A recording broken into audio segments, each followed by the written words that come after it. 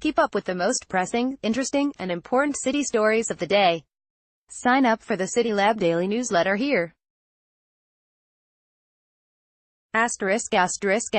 With we're following irony of steel. 1 year ago, Amer Othman Adi, a resident and business owner in Youngstown, Ohio, boarded a flight to Jordan after ICE detained him at the Northeast Ohio Correctional Center.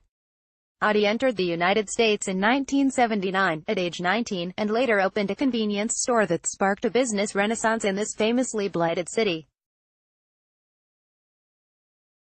But his contributions to his Rust Belt community didn't stop his deportation. Adi's businesses employed about 60 people when he was deported, and many of the city's residents are the children and grandchildren of immigrants who came to work in the steel industry.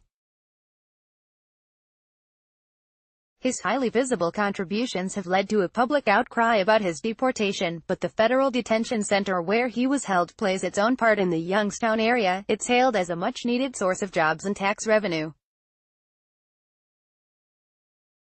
This presents the city with a question: can Youngstown welcome immigrants and support the federal detention center that incarcerates them?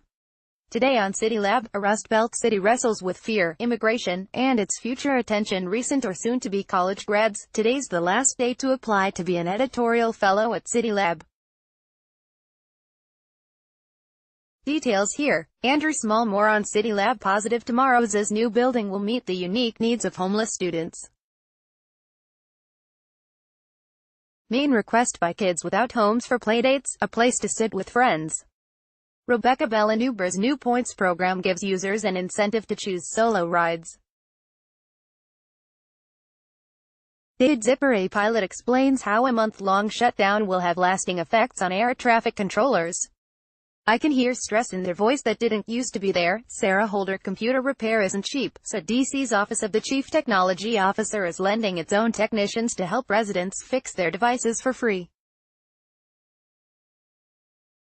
Linda Poon. Argentina's capital hopes to revitalize part of its riverfront, but critics say the plan is socially exclusive, too commercial, and environmentally risky.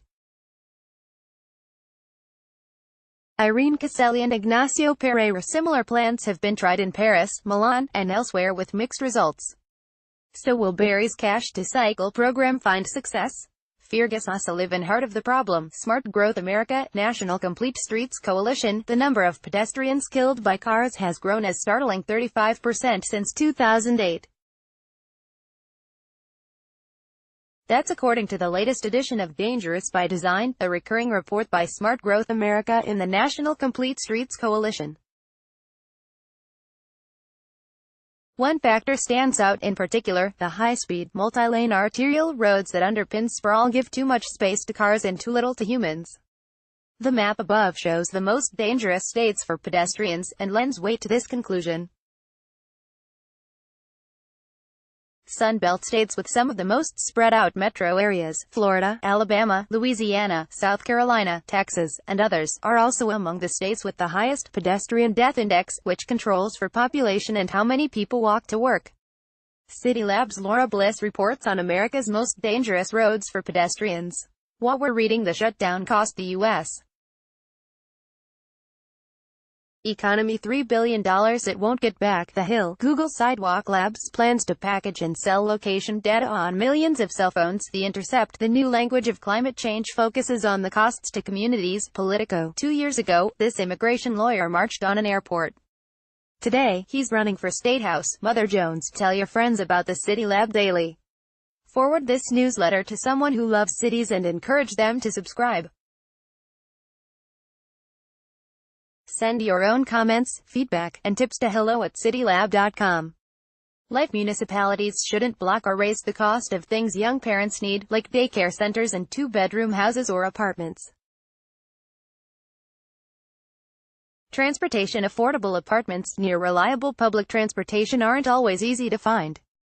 As Seattle expands its Link Light Rail, the city has codified a solution.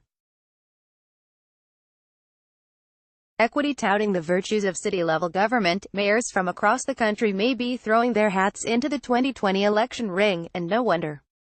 Design. Positive tomorrow's new building will meet the unique needs of homeless students. Main request by kids without homes for playdates, a place to sit with friends. Life. A new study finds a striking correlation at the state level between rates of household gun ownership and youth suicide.